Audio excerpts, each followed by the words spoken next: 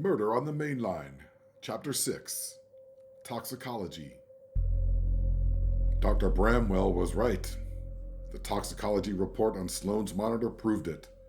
An injection killed Josh. A lethal dose of Dilaudid. Seconds after the plunger dropped, it bound tightly to the opioid receptors in his brainstem, the part of him that controlled reflexes, consciousness, and breathing. This was Rachel's drug of choice. It would have hit him like a tidal wave, a boiling surge in his blood, and a sense of drifting as it dragged his consciousness off a gray cliff. He drowned in the darkness. It wrapped around him and stuffed him down. It was carbon dioxide that triggered Josh to draw his first breath the moment he was born. Before that moment, his tiny lungs were wrapped like a gift in his mother's womb, filled with placental fluid and fully assembled, but switched off. And when they pulled him from the warmth of his mother and cleared his lungs of the fluid, the carbon dioxide levels in baby Josh's blood spiked, and his brain sent the order to his lungs to switch on, to breathe. Now, at the other end of his life, the Dilaudid saturated Josh's blood like a rogue wave. Those same receptors in Josh's brain switched off and stopped monitoring for carbon dioxide, that ever-present poisonous gas that triggers us all to pull for breath, for every breath. On the outside, Josh looked peaceful, laying there in his bed. Maybe you'd notice the rise and fall of his chest that was slowing. But on the inside, his body wound down like a broken toy. His oxygen levels fell off a cliff, and his extremities and limbs and face turned denim blue. His pupils shrank down to pinpoints. And as the oxygen deprivation deepened, Josh slipped into a coma, and his brainstem stopped sending signals to his diaphragm, and his breathing stopped. His heart continued for almost another minute, a loyal little soldier. With no more oxygen, it became erratic and eventually stopped, having served Josh through every moment of his life and then some. Sloane pushed the thought aside, the darkness enveloping Josh, the killer standing over him watching. She highlighted the note about how Dilaudid was Rachel's drug of choice and thought about how Mateo was going to love this. Her desk phone rang. It was her favorite tech from the Criminal Investigation Division, otherwise known as Sid. His name was Kevin, and he spoke with a soft voice. He was calling to let her know that he had the phone records, and he knew that she was waiting. "Anything good?" asked Sloane. "Heck, I don't know," Kevin said. "There's a lot of them. That's all I know." Sloane loved how pissed off and awkward Kevin always seemed. His soft-spoken, angry demeanor fit the place well. She hurried to the IT office, got the thumb drive, called Kevin a rock star, and had the phone records on her laptop 5 minutes later. She sat still, reading for several minutes.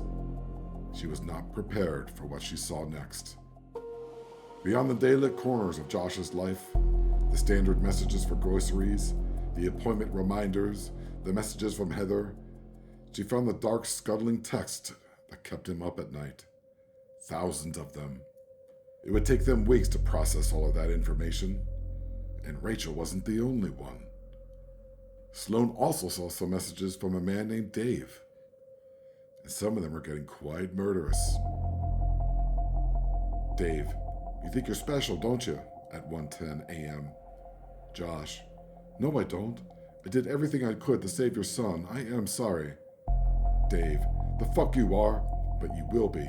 You'll get what's coming to you." "Josh, please don't threaten me, Mr. Boyce. Don't make me contact the police." "Dave, go ahead, I don't give a fuck. You already took everything from me. What the fuck else I got to live for?" Josh could go on, trying to reason with this man. He reminded Dave that he had plenty to live for, and suggested that he get help so he could cope with his loss.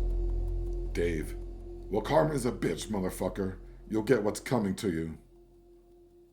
Sloane got this Dave's last known address and called it. Some raspy woman answered the phone. It sounded like she'd been smoking Virginia Slims and drinking brown whiskey all day. She had a tremendous slur. "He ain't here," she said. He's over at the goddamn gun range. Which one is that? Fuck if I know.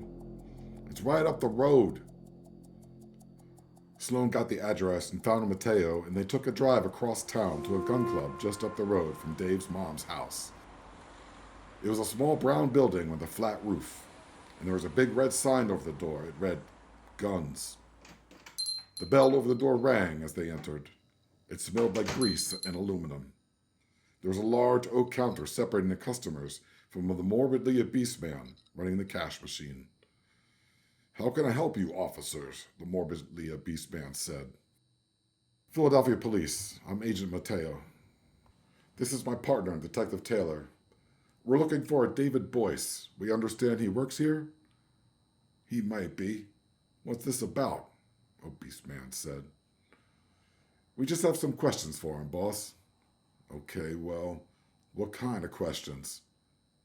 "The police kind. He around?"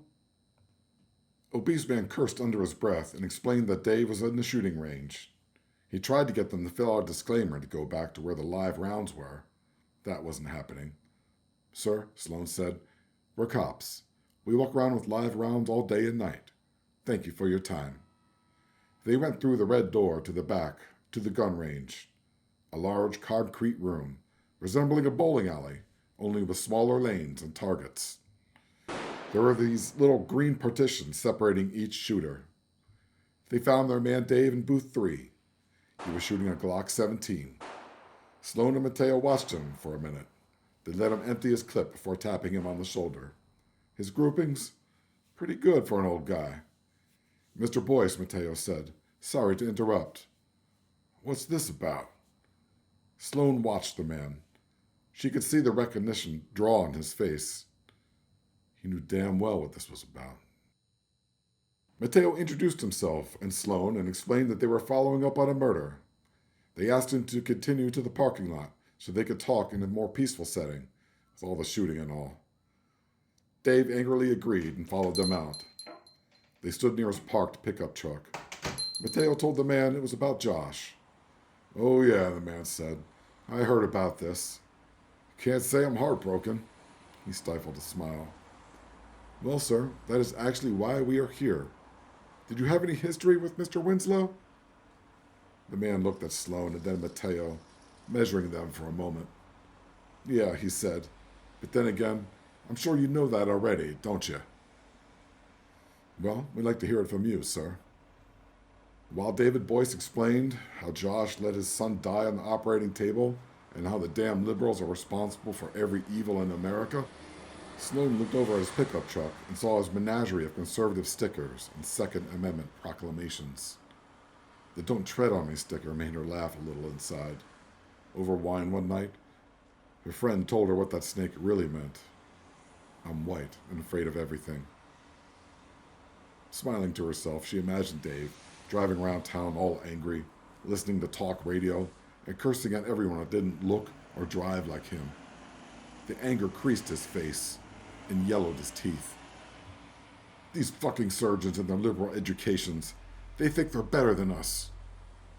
While listening closely, Sloan thought about Josh, alone in his house at night and terrified of this man. Heather was out of town the night of the murder. He was alone. Goddamn traitors, every one of them. Them and their goddamn electric cars and yoga bullshit. Going by the level of anger she was seeing, she imagined Josh checking the windows at every passing car, making sure the doors were locked, jumping at every little sound. It's a hell of a thing, knowing there's someone out there in the dark world wanting to do you harm. "I mean, what do you think of the Civil War going on? You know what's going on, right?" Dave said.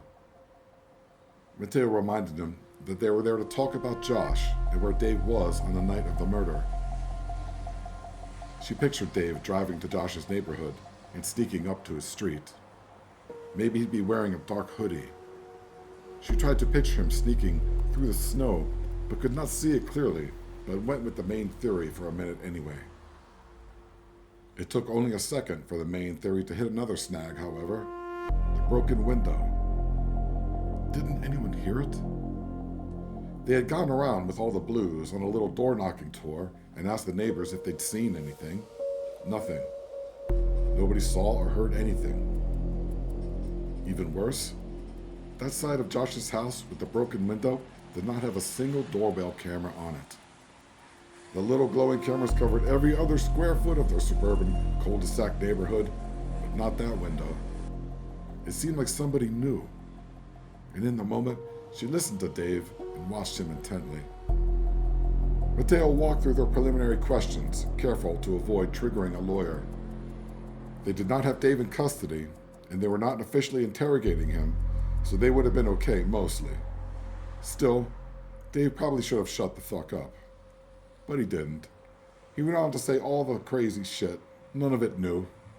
All of it the same old story of the stupid and the cruel that had been passed along since his stupid and cruel ancestors got together from the dawn of man.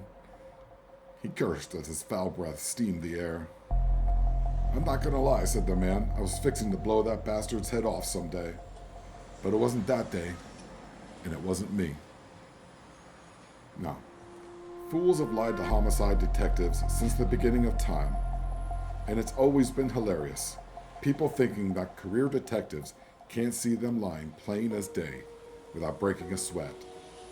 Just think of all the thousands of hours they clocked in on the subject alone. All lies. You could play them back over the years like a never-ending montage of bullshit in Interrogation Room 4. Husbands lying about their wives. Employees lying about their managers. Housewives lying about their children. Doctors, lawyers, convicts. The librarian down the street. Mechanics, drunks. Prostitutes in the middle of the night. The local high school principal. Accountants, janitors, bus drivers, priests. They all lied. And after consuming all the lies and all the body language over the years, these detectives, they become walking lie detectors. And that also made them truth detectors. And they were detecting truth from this bereaved man. It was the calm way he said it, and the way he looked them both square in the eye. He didn't elaborate. He just said it. They thanked him for his time and walked back to the car. "Yeah, I don't see it," Mateo said at the wheel. "A little needle to the neck just ain't that dude's style, know what I mean? Shit, he would have just shot his ass." Sloan agreed, looking out the passenger window and wondering what Matt was doing. He was probably talking about how Napoleon was exiled to Elba or something. The little kids' faces would be watching him pace as he explained. She wasn't able to have children. Fibroid. At first she thought they could just live through it, find their own way, get a dog. Now, she wasn't so sure. She got back to her cubicle and found a message waiting for her. The DNA results had arrived, and they had a perfect match. Rachel.